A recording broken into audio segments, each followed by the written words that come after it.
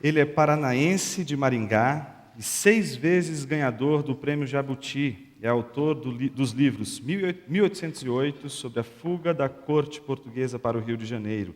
Eleito o melhor ensaio de 2008 pela Academia Brasileira de Letras. 1822, sobre a independência, e 1889, sobre a proclamação da República. Formado em jornalismo pela Universidade Federal do Paraná, com pós-graduação em administração pela Universidade de São Paulo, é membro da Academia Paranaense de Letras. Eu gostaria de receber, com uma salva de palmas, o professor Laurentino Gomes.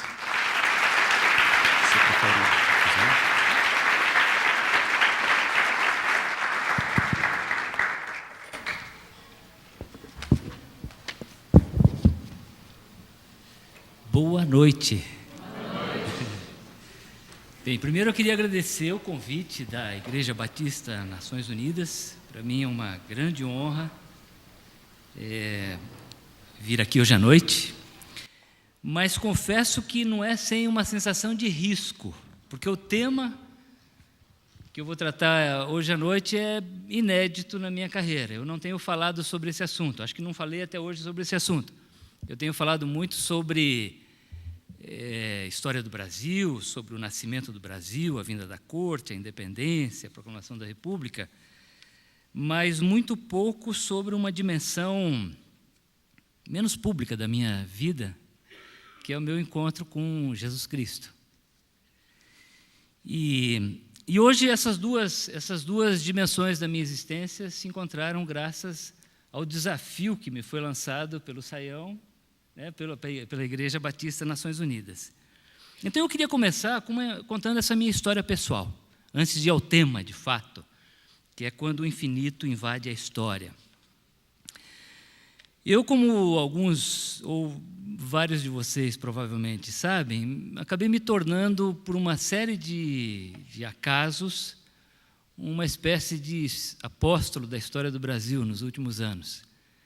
Eu fui jornalista de redação, de jornal, de revista, durante mais de 30 anos, e fazia a história do dia a dia, uma história a sangue quente, aquela história que você narra e interpreta enquanto ela está acontecendo. Portanto, é uma história muito sujeita a erro de interpretação, erro de informação, e isso é da natureza do jornalismo, trabalhar com os fatos, com os personagens, com os acontecimentos, enquanto eles estão ocorrendo. Não há muito tempo para apurar e se aprofundar muito na interpretação e na narrativa desses acontecimentos. Alguns anos atrás, eu trabalhava na revista Veja, e a revista tinha um projeto de fazer uma série de especiais sobre a história do Brasil. E hoje eu descobri aqui uma parceira minha nesse projeto, que é a professora Denise, que participou lá, fazendo pesquisa no DEDOC, da Editora Abril, de um desses especiais sobre o descobrimento do Brasil. Então, eu tenho aqui uma testemunha ocular dessa história que eu estou contando.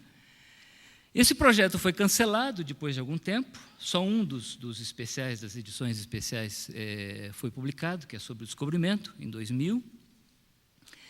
E eu fiquei um pouco chateado no começo, mas decidi transformar aquela frustração corporativa num projeto pessoal. E, em 2007, lancei o livro 1808, sobre a vinda da família real portuguesa para o Brasil. E aí aconteceu o que eu jamais imaginei, eu poderia ter imaginado. O livro se tornou um best-seller. Vendeu muito mais do que eu imaginava, teve uma repercussão muito maior do que eu poderia ter sonhado. O que me obrigou a tomar algumas decisões drásticas na minha vida, entre elas pedir demissão do emprego que eu tinha até então, como editor da revista. Eu percebi que havia uma nova carreira passando pela minha frente e que eu devia assumi-la, uma carreira de escritor, de jornalista, historiador, de popularizador de história do Brasil. E saí para me dedicar aos livros. Aí fiz o livro 1822, o livro 1889. A minha contribuição à história do Brasil não é de pesquisa primária. Isso existe quem faça bem, já que são os historiadores acadêmicos, com formação adequada para isso. A minha contribuição é de linguagem, é de tornar mais acessível a um público mais leigo, a uma criança, um adolescente, um público não habituado a estudar a história do Brasil, temas fundamentais para a compreensão do país que nós temos. ou seja, 1808, 1822, 1889, não são datas ao acaso, elas são as datas que marcam a fundação do Estado brasileiro, a organização do Estado brasileiro, como é que nós nos constituímos como nação independente depois de nos separar de Portugal, o que inclui a vinda da corte em 1808. Você não consegue entender a independência sem estudar esse período de 13, 14 anos anterior, marcado pelas transformações da corte portuguesa no Rio de Janeiro. Então, essa tem sido a minha contribuição, uma contribuição de linguagem. Eu quero ser um abridor de portas, de maneira que as pessoas comecem a se interessar pela história do Brasil, pelos meus livros, e depois se aventurem por leituras mais densas, né? Sérgio Buarque de Holanda, Caio Prado Júnior, e assim por diante. Mas um livro, ele tem um grande poder de transformação. O livro, quando ele é relevante, ele transforma tudo que ele encontra pela frente. Ele transforma os leitores, ele transforma os editores, que vendem livros, transforma os livreiros, transforma o mercado editorial. Mas eu diria que o primeiro alvo de transformação é o autor. O criador não fica imune ao destino da sua criatura, ou à vida da sua criatura. E a minha vida mudou muito nesses últimos 9, 10 anos, desde que eu comecei a pesquisar e a escrever esses livros de história do Brasil. Mudei, saí do emprego corporativo, fui morar em Itu com a Carmen, minha mulher, a gente mora no interior de São Paulo. Passei a dar aula, coisa que eu não fazia antes, descobri uma nova vocação na minha vida, que é de professor. Dou muita aula para criança, para adolescente, gosto muito de fazer isso. Antes eu fazia entrevista, passei a ser entrevistado, o que também no começo me gerou um certo desconforto, né? O que eu tenho a dizer? Eu sempre fiz perguntas, agora eu tenho que responder perguntas. Mas nessa jornada aconteceu uma transformação muito mais profunda do que eu imaginava, que foi uma transformação de natureza espiritual, que eu narro com alguns detalhes no livro que eu publiquei recentemente com o meu orientador espiritual, meu parceiro, companheiro peregrino, Osmar Ludovico, que vai fazer a segunda palestra dessa noite. E essa é uma história muito misteriosa, muito difícil de explicar. Enquanto tudo que eu falei até agora tem causa e consequência, a minha história de transformação pessoal é uma história, como toda história de renascimento, de conversão, uma história milagrosa, difícil de explicar. Eu venho de uma família católica, de origem católica, relativamente conservadora, do interior do Paraná. Na adolescência fui seminarista paulino, estudei aqui na Pia Sociedade de São Paulo, na Raposo Tavares, quilômetro 18,5. Mas era assim, uma prática religiosa mais por assimilação de uma linguagem, de uma tradição familiar, do que de convicção íntima. Aí me tornei jornalista e muito influenciado pela década de 60, por essa civilização que se vende como materialista, objetiva, científica, num ambiente que se vendia também como muito laico, muito secular. Numa redação de jornal e de revista, até recentemente, você dizer que orava, que acreditava em alguma coisa, seria quase que um pecado. Isso seria realmente uma falta grave, um jornalista dizer que acreditava em Deus, que fazia. Mas a minha vida religiosa permanecia, digamos, morna. Sob as cinzas havia alguma brasa. Em momentos de dificuldade, eu fazia minhas orações e ia seguindo em frente. Até que, de repente, durante todo esse período de transformação ligado ao livro, também uma crise pessoal, de transformação na minha vida pessoal, uma semente muito poderosa começou a germinar dentro de mim. E foi uma transformação realmente assustadora para mim, porque coisas que antes eu ouvia e não faziam sentido algum, começaram a adquirir um significado muito forte, muito especial. Eu lembro que uma vez eu estava no Lapinha, que é um spa, uma clínica natural, de bem-estar, perto de Curitiba, e fui, depois de muitos anos, assistir uma missa no Mosteiro Trapista, que é um ramo dos beneditinos, né, dos cistercienses, e o abade durante a homilia, que eu tinha ouvido a minha infância inteira, a minha juventude inteira, e passava desapercebido, ele começou a falar das diferentes dimensões de Jesus Cristo no Evangelho de João. E ele começou a falar: Jesus, o pão que eu como. Ok. Jesus, a água que eu bebo. Jesus, o ar que eu respiro. E aquilo me mobilizou profundamente. Eu realmente não consegui conter a minha emoção, tive que sair da igreja, porque aquilo foi muito mais forte do que eu imaginava. Aí voltamos para casa, eu e a Carmen, e lemos todo o Evangelho de João, e depois lemos vários trechos das Escrituras, começamos a fazer isso de forma sistemática todos os dias, e aí começou esse meu renascimento espiritual, que tem como um marco o livro que eu publiquei com o Osmar, chamado Caminho do Peregrino, que conta uma viagem que nós fizemos à Terra Santa em 2014, em companhia de um grupo de peregrinos brasileiros. E aí eu falo sobre o significado da peregrinação, quer dizer, o turista olha para fora, o peregrino olha para dentro, e o Osmar faz meditações de trechos bíblicos. Mas isso me levou a refletir muito sobre o significado dessa transformação profunda, né? O que é isso? O que acontece na vida das pessoas? E eu descobri que eu não era único. Milhões e milhões de pessoas passam por processos semelhantes o tempo todo, graças a Deus.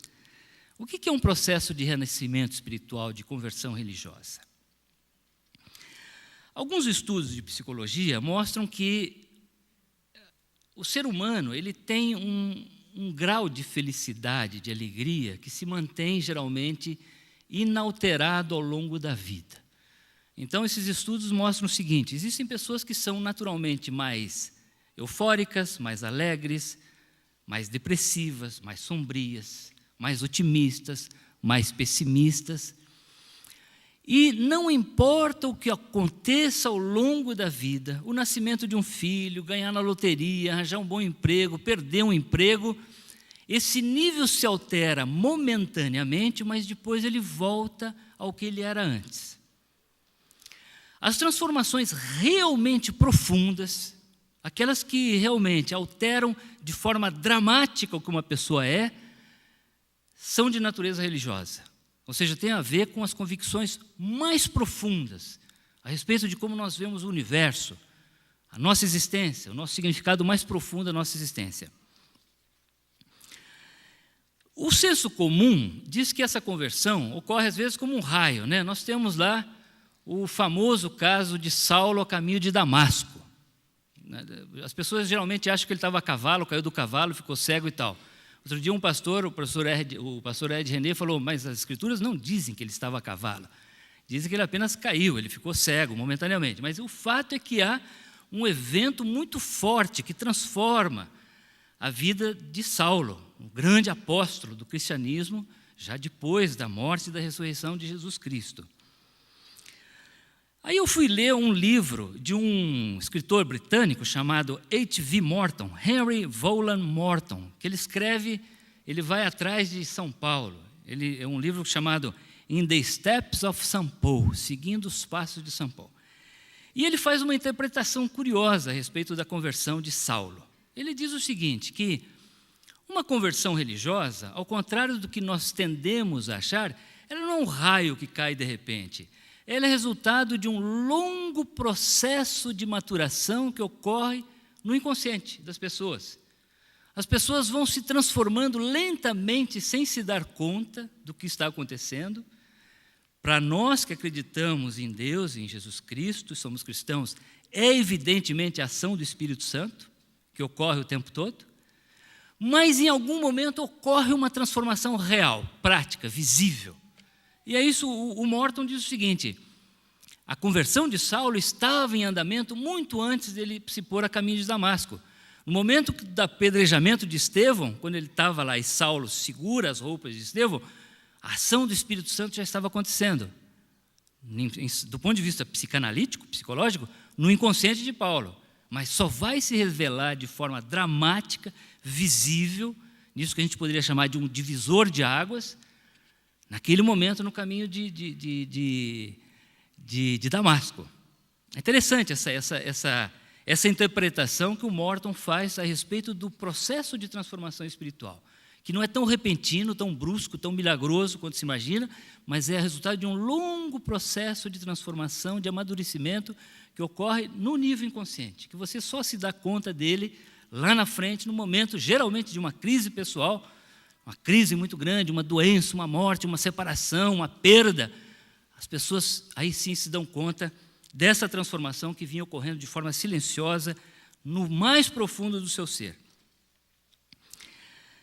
A mim sempre me incomodou muito uma certa euforia que eu via em pessoas que passavam por processo de conversão, de transformação espiritual. Especialmente no mundo pentecostal, carismático, uma certa euforia, um senso de urgência missionária, de dar depoimento, de passar a fazer coisas de forma muito visível, muito pública. E não foi isso que eu senti. Ao contrário, ao passar por esse processo de renovação, de renascimento espiritual, o que eu senti foi uma necessidade muito grande de silêncio, de recolhimento, de ficar longamente em silêncio, de falar muito pouco, até porque eu julgava que eu tinha muito pouco a dizer a respeito do assunto. Eu era um recém-renascido, né? Como é que eu vou sair dar um depoimento, contando, fazendo defesas teológicas, se eu estou entrando nesse mundo novo agora? O que eu tenho para contar para as pessoas? E aí eu comecei a ler, e comecei a perguntar, e comecei a conversar com as pessoas. E fui, por exemplo, ler São João da Cruz, que fala de um fenômeno interessantíssimo, chamado de uma aridez que segue o momento de encontro com Deus, a travessia do deserto, a sensação de desamparo, de desconforto, de desinstalação. Quem sou eu? Até agora eu acreditava nisso, isso era importante, eu valorizava isso, agora não é mais. Agora eu acredito nisso, aquilo deixou de fazer sentido, isso passa a fazer uma sensação de desconforto, de mudança de identidade. Então, São João da Cruz fala nesse processo de aridez, de grande travessia do deserto. E um tempo atrás, nós tivemos o privilégio de receber aqui em São Paulo o Dr. James Houston, famoso pregador, evangelizador, foi colega de C.S. Lewis, fundador do colégio Regent em Vancouver, que aos 93 anos nos deu aqui o privilégio da sua presença em São Paulo. E eu e a Carmen tivemos uma conversa com ele, e eu falei desse desconforto, né, para o Dr. James Houston. Eu falei, e agora o que eu faço com isso? Ok, houve um momento de mudança em mim, alguma coisa aconteceu dentro de mim. Mas o que eu faço agora? Eu passo a fazer pregação, eu viro pastor, eu viro missionário, eu devo começar a escrever livros de evangelizadores. Eu não sei o que fazer. E aí o Dr. James Houston nos deu um conselho maravilhoso. Ele falou, Laurentino, não faça nada. Já existem muitos missionários no mundo, muitos e bons missionários. Continue a ser o que você foi até agora, mas ponha Jesus Cristo no foco. Assim, tudo que você fizer, faça tendo Jesus como referência. Tudo que você faz. Continua escrevendo sobre a história do Brasil, continua fazendo jornalismo, reportagem, mas tudo que você fizer, qualquer contato com as pessoas, com caixa do supermercado, com vendedor, na mercearia, nas palestras e tal, ponha Jesus na frente. É só isso que se espera de você, nada além disso. Isso me deu um certo conforto. E eu fiquei no meu silêncio, eu e a Carmen, né, Carmen? A Carmen é parte desse processo, testemunha, assim, desse processo o tempo todo. Mas, assim, resolveu, mas não muito, porque eu percebi que havia uma certa crise de identidade que continuava assim. Porque a questão é o seguinte, como eu poderia ser intelectual, jornalista, escritor, historiador e, ao mesmo tempo, cristão. Como é que resolve esse dilema? Como é que eu posso, numa sociedade que cobra causa e efeito, uma sociedade supostamente científica, em que tudo tem que ser demonstrado, provado, aceitar a ideia de uma presença de Deus e da ação da providência divina na história? Tem uma contradição, não? Uma contradição óbvia. Quer dizer, eu, como jornalista, que sempre tentei provar causa e consequência, agora tinha um problema de identidade. Eu preciso continuar a escrever sobre a história do Brasil, mas as minhas convicções mudaram. Eu hoje tenho a plena convicção de uma ação da providência divina na minha vida individual e na vida da sociedade em que eu habito, né? Com a qual eu participo, da qual eu participo. O que leva a perguntas também curiosas, né? Existe uma ação divina na história? Ou a história não é um terreno na qual Deus coloca os pés? Existe uma delimitação de terrenos? Até aqui é uma ação humana. Os seres humanos tomam decisões, executam papéis, executam funções, agem sob pressão das circunstâncias e Deus não interfere, não participa. Agora, se eu aceito a ideia de que existe uma intervenção divina na história, essa intervenção é pontual ou ela é permanente? Minuto a minuto da história, Deus intervém nessa história, ou ele entra só em momentos de crise, em momentos em que nós não conseguimos resolver as coisas, Deus intervém.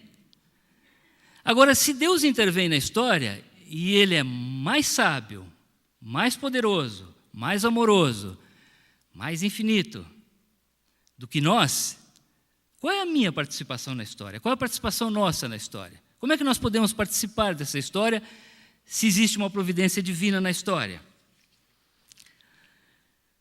Claro que a história, ela tem coisas muito estranhas, né? A história não é linear. Quando você olha para o passado, você observa que existem fenômenos muito curiosos acontecendo e que mudam o rumo da história e que nem sempre fazem parte da ação humana. Se nós pegarmos, por exemplo, a história geológica ou biológica do planeta, dizem que há cerca de 60 milhões de anos, um meteoro caiu na província de Yucatán, no México, e acabou com os dinossauros. É uma ação abrupta na história geológica e biológica do planeta. Também vamos ficar sabendo que há cerca de 12 mil, 13 mil anos atrás, houve uma mini-era glacial, o que permitiu que os seres humanos da Mongólia, da Ásia, cruzassem a pé o Estreito de Bering e colonizassem a América. Uma coisa estranha, que não depende da ação humana. Há cerca de 1.200 anos, teria ocorrido uma catástrofe ecológica, segundo o professor Jerry Diamond, que escreveu um livro chamado Colapso, e que acabou com a civilização maia. Se você observar o fim do Império Romano, é muito difícil de entender como uma civilização tão poderosa, que tinha se mantido durante mais de 1000 anos, imbatível, de repente entra em colapso. No prazo de 2 ou 3 séculos, o Império Romano implode. E vários outros exemplos que você pode ver ou, por exemplo, a abolição da escravidão. Eu estou fazendo agora uma pesquisa sobre a história da escravidão no Brasil. Em 1887, a Inglaterra transportava ainda 30 mil escravos por ano. Era o maior traficante de escravos do mundo, junto com os portugueses. 20 anos depois, a Inglaterra havia se convertido ao abolicionismo e tinha proibido o tráfico negreiro. E aí você olha o que aconteceu aqui. Claro que no caso da abolição, você tem a ação religiosa, é uma coisa impressionante. Os Quakers, os presbiterianos, os batistas, os metodistas se convertendo ao abolicionismo, e aquilo se torna uma ação tão incontrolável que realmente a Inglaterra, que era uma grande traficante de escravos, se torna a baluarte do abolicionismo. Mas são as coisas estranhas que mostram que a história não é linear. Existem fenômenos curiosos. Agora, só isso explica a ação divina na história? Obviamente que não. Não só esses fenômenos estranhos, surpreendentes, inexplicáveis, né? O que nos leva à seguinte pergunta: quem faz história? Quais são os fatores que compõem a equação da história? A história, geralmente, ela é composta por dois fatores muito bem definidos. O primeiro é a chamada superestrutura, a macroestrutura. Os acidentes, as catástrofes, os interesses de classe, os conflitos geopolíticos, as ideologias políticas e assim por diante. Mas existem também pessoas, agentes em carne e osso, que fazem a história e que tomam decisões, que executam o seu papel e que têm um papel, têm um resultado tão decisivo, tão importante na história quanto os fenômenos da macroestrutura. Mas quando você olha no detalhe, você observa que, descontando os acidentes, as catástrofes naturais, mudanças climáticas, mesmo os fenômenos da macroestrutura são produto da ação humana. Os conflitos de classe, os interesses geopolíticos, econômicos, militares, são produtos da nossa ação, do que nós pensamos, do que nós defendemos, do que nós acreditamos e assim por diante. O que leva à seguinte pergunta: quem somos nós? Quem somos nós que agimos na história? A primeira pergunta que eu fiz, se Deus interfere na história ou não, se existe uma ação da providência divina ou não, ela obviamente envolve uma escolha. Você pode dizer sim ou não. É uma questão de fé, é uma questão de crença. Sim, claro, é uma escolha. Eu posso dizer, Deus não interfere na história. E aí eu volto ao começo. Então nós estamos à nossa própria sorte. Ou sim, Deus interfere na história, porque eu acredito na providência divina. Mas é uma questão de escolha. Mas isso não resolve o dilema do ponto de vista intelectual. Se você vai mais a fundo e pergunta a respeito de quem são os agentes da história, o ser humano, aí sim. Se nós somos agentes da história, é importante entender quem somos nós. Nós somos um ponto neutro no universo? Nós somos como uma rocha, como uma árvore, um animal, à solta? Ou nós temos uma razão profunda para estarmos aqui? Ou seja, nós somos meros frutos do acaso ou nós somos filhos de Deus? Nós somos filhos de Deus? Se nós somos filhos de Deus, então sim, nós temos uma ação na história, nós interferimos na história, mas nós temos um propósito para isso. Um propósito muito claro. Porque isso também nos leva a uma outra questão. Quais são as prerrogativas dos filhos de Deus agindo na história? O que leva à questão do livre-arbítrio, né?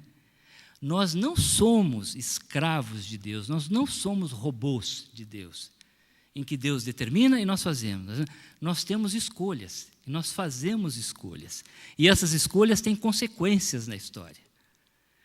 Portanto, se nós temos livre-arbítrio, se nós temos a condição de escolher, e essas escolhas têm consequência na história, nós somos agentes, nós construímos essa história e nós somos parceiros de Deus na construção dessa história, no projeto de criação. Porque aí tem uma questão curiosa, né? A questão do livre-arbítrio, tão bem estudada por Santo Agostinho e vários outros pensadores, né? O Santo Agostinho diz que nós temos a prerrogativa de fazer escolhas. Nós não somos máquinas, não somos escravos, nós temos a prerrogativa de fazer escolhas. Mas essas escolhas não são aleatórias. Existe um monge trapista americano chamado Thomas Merton, que num livro chamado The New Seeds of Contemplation, Nova Semente de Contemplação, ele trata dessa questão importantíssima do livre-arbítrio. O Thomas Merton diz o seguinte: nós temos sim a possibilidade de fazer escolhas, mas nem todas as escolhas são equivalentes em termos de verdade, de justiça, de amor. Nem todas as escolhas, não é que nós temos um amplo leque de possibilidades e não importa a escolha que nós fizermos, o resultado vai ser equivalente em termos de justiça, e de verdade. Existe apenas uma escolha possível, diz o Thomas Merton. E essa escolha possível, essa única escolha possível, e é uma escolha, tem de estar de acordo com os desígnios de Deus, com a vontade de Deus. Então, se nós quisermos fazer a escolha mais verdadeira, a escolha mais justa, mais correta, nós temos que nos submeter à vontade de Deus e pedir que o Espírito Santo nos inspire e nos ajude a ouvir a voz, o desejo da providência divina. Porque essa é a única escolha possível, não existem duas escolhas equivalentes. O que significa também que existe um curso da história que tem de estar de acordo com a providência divina, com os desígnios de Deus para cada um de nós individualmente, mas também como sociedade.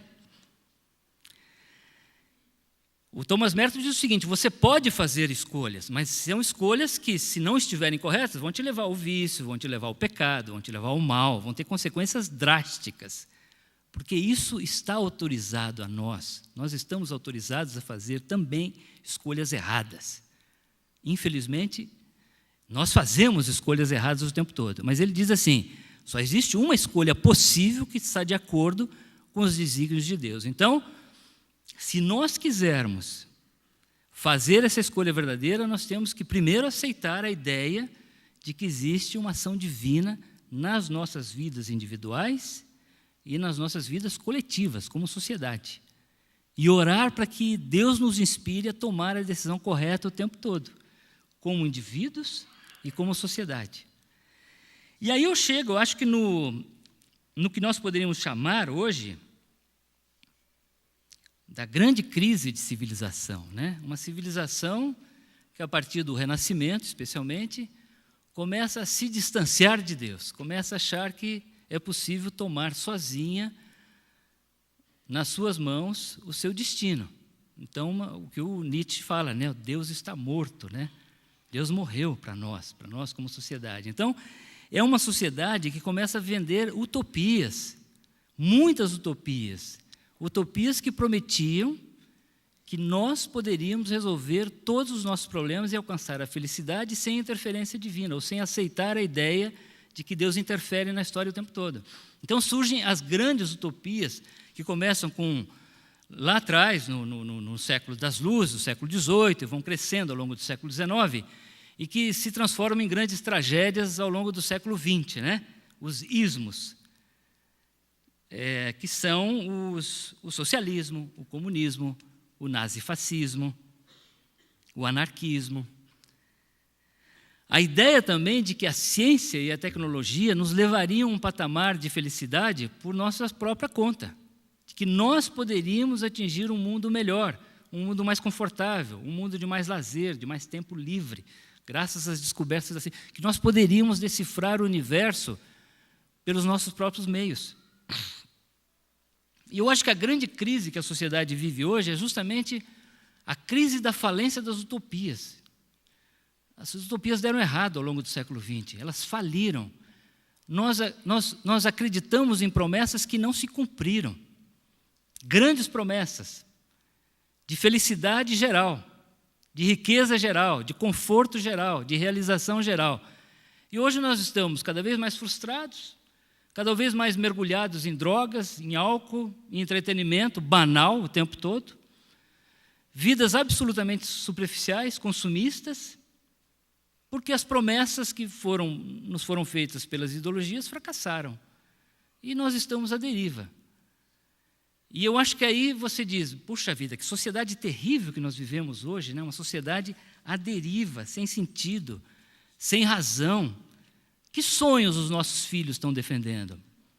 Pouquíssimos, de ter $1 milhão aos 30 anos. É isso? De ser o mais bem-sucedido profissionalmente possível, de ir para Harvard, de fazer um curso, de morar no exterior. Quais são os sonhos, quais são as utopias que alimentam os nossos filhos? Pouquíssimas. O que nos leva à questão, em momentos de crise como essa, que eu acho que pode haver uma esperança de renovação espiritual, não só individual, como também coletiva. Porque a história é, no fundo, a narrativa de uma grande peregrinação, né? Para voltar ao assunto do nosso livro. Todos nós somos peregrinos nesse mundo. Nós caminhamos. Podemos caminhar sozinhos ou podemos caminhar individualmente, sozinhos ou com os outros.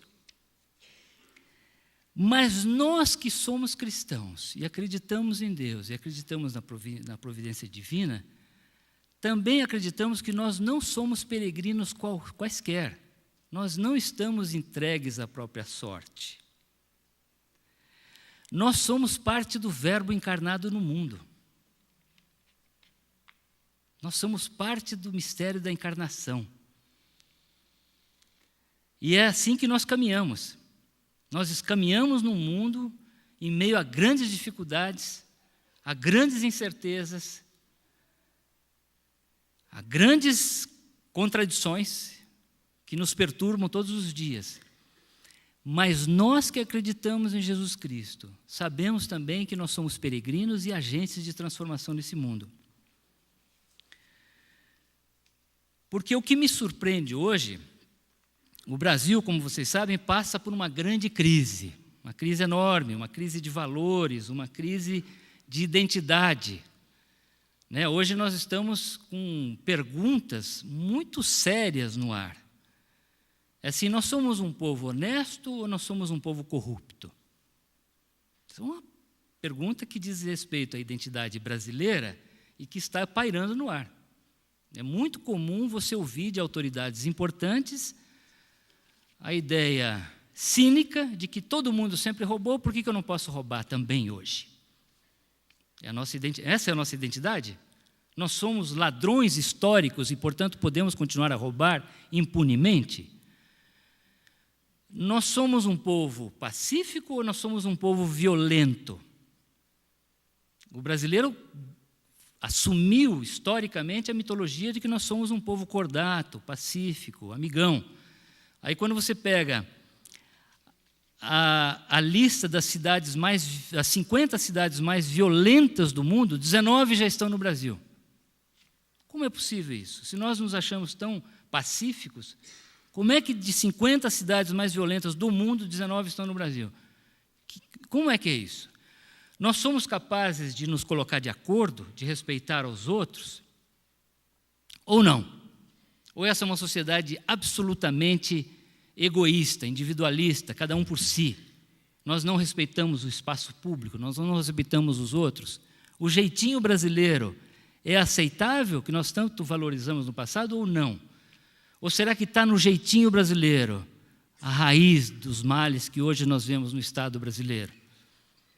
A falta de respeito que nós temos uns pelos outros, nas nossas relações individuais, diárias, cotidianas. Será que é esse traço cultural que acaba aflorando de forma tão explícita e tão chocante nos traços de comportamento do Estado brasileiro? Já que numa democracia somos nós que constituímos o Estado brasileiro? Será que nós vamos ter em Brasília um Estado muito mais corrupto ou menos corrupto do que nós somos na média? Ou será que o que está lá é reflexo do que nós somos na média? O brasileiro se julga muito honesto, trabalhador, correto, mas às vezes você vê o sujeito furar fila, jogar lixo na rua, andar no acostamento quando o trânsito está parado e corromper o agente público quando isso é da sua conveniência. Então, numa sociedade democrática, quem é que elege os políticos corruptos que estão em Brasília? Não é um ditador, não é o rei, não é o imperador, somos nós pelo voto na urna. Então, qual é o nosso desafio? Então, eu acho que existem várias contradições hoje na realidade brasileira e que nos desafiam como cristãos. Como é que um país que sempre se orgulhou de ter um número tão grande de cristãos, né? O maior país de população católica do mundo, pátria do Evangelho segundo os espíritas e assim por diante, não consegue traduzir esses valores éticos, morais cristãos em comportamento de cidadania. Tem uma contradição óbvia, tem um problema. Nós que nos julgamos tão crentes em Deus, nós não conseguimos transformar essas nossas convicções mais profundas em história, em ação de Estado, em ação de cidadania.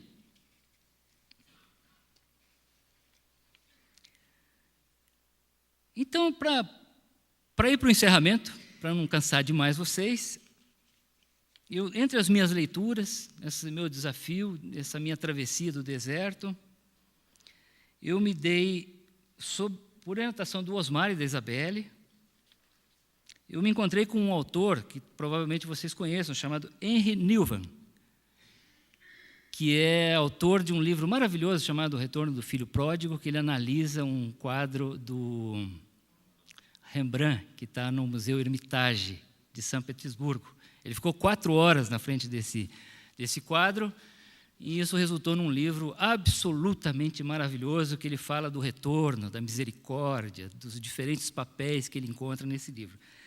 Mas num outro livro, o Henry Newman fala de 4 palavras-chave da nossa caminhada espiritual, e que eu acho que tem a ver com a nossa jornada, com a nossa peregrinação individual, mas também como sociedade. Ele diz o seguinte: as palavras-chave são confiança. Você precisa ter confiança na ação da providência divina, de que nós não estamos a sós, nós não estamos ao léu nesse mundo, que existe um propósito divino para as nossas vidas individuais e para a sociedade da qual nós participamos. É preciso confiar. A confiança, segundo ele, leva à gratidão. A ideia de que você recebe bênçãos, recebe graças, dons divinos o tempo todo. E que você precisa ser grato diante dessas bênçãos, dessas graças que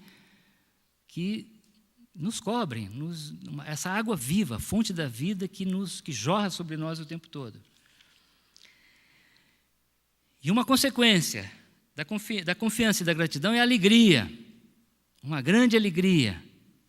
Alegria por ter motivo de confiança e alegria por ter motivo de gratidão. E a última e grande consequência é a misericórdia. A misericórdia com todos os seres humanos que caminham conosco nessa jornada e que precisam de ajuda, precisam de perdão, precisam de compreensão, precisam de consolo. E eu acho que essa ideia, esse roteirinho espiritual, vale também para a sociedade brasileira de hoje. Porque eu acho que uma ação muito forte do mal está em justamente nos tirar a alegria, nos tirar a confiança, nos esvaziar da nossa condição de filhos de Deus. Essa é a grande ação do mal no mundo, né? Você se sentir menor do que você de fato é.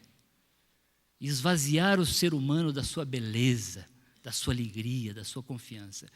E eu sinto isso muito no Brasil hoje. Nós temos um país muito desanimado, um país muito triste, um país muito abatido. É muito comum você ouvir hoje as pessoas dizerem: o Brasil é assim mesmo, não adianta lutar, não adianta sonhar. O Brasil sempre foi assim, o Brasil não vai mudar. Nos esvaziando da nossa alegria, do nosso orgulho de ser brasileiros, de ser seres humanos num país chamado Brasil, numa entidade geográfica nacional chamada Brasil. O Brasil sempre foi assim, todo mundo rouba, eu também posso roubar, roube você também. Então eu acho que hoje, nós como cristãos, numa sociedade brasileira em crise, temos uma missão muito importante, que é acender a chama das pessoas e fazer com que elas mantenham confiança no país, mantenham confiança na sociedade em que elas vivem, mantenham confiança nas suas próprias transformações e o seu poder de transformação na sociedade da qual elas participam. Porque eu acho que a nossa crise vai muito além das leis, muito além das instituições. Nós vivemos uma crise moral, uma crise de convicção, de valores. Quem nós somos, no que nós acreditamos, o que nós defendemos, o que nós propomos, o que nós queremos para os nossos filhos, nossos netos. Uma crise de valores morais. Então, acho que hoje, eu não estou propondo aqui, obviamente, uma teocracia. Eu estou propondo que nós, como cristãos, que acreditamos na ação da providência divina, que acreditamos que nós somos filhos de Deus, que nós fazemos escolhas e que existe um propósito divino, nós possamos agir assim dentro da sociedade em que nós vivemos para transformar essa sociedade de acordo com os valores éticos e morais que nós defendemos. Então, eu acho que assim, a palestra, evidentemente, tem um título extremamente desafiador, né? Quando o infinito invade a história. Quem estudou a lei dos conjuntos sabe que isso é impossível, né? Um conjunto maior não invade um conjunto menor. O infinito é infinito no espaço. A história ela é delimitada pelo tempo, pelo espaço. Então, seria impossível o infinito invadir a história. Mas o desafio está lançado. Quer dizer, na verdade, é essa ideia de que nós não estamos à deriva e que existe uma ação da providência divina na história, existe uma ação constante, amorosa, misericordiosa, consoladora, orientadora de Deus na história humana, e que nós temos que confiar nessa ação. E ao confiar nessa ação, isso vai nos dar um sentimento de confiança, de alegria, de gratidão e de misericórdia em relação aos outros seres humanos. Hoje, se você entrar numa rede social, os brasileiros estão absolutamente desesperados, um chutando a canela do outro de forma desumana, absurda, um clima de intolerância absurdo. É um país que está muito carente de misericórdia, de consolo. Então, sim, existe uma ação divina na história, mas nós somos parceiros dessa ação divina, nós somos agentes dessa ação divina. E cabe a nós assumir essa ação divina, especialmente em momentos de crise. Agradeço a atenção de vocês. Se falei alguma besteira, é a primeira vez, estou desculpado, mas muito obrigado.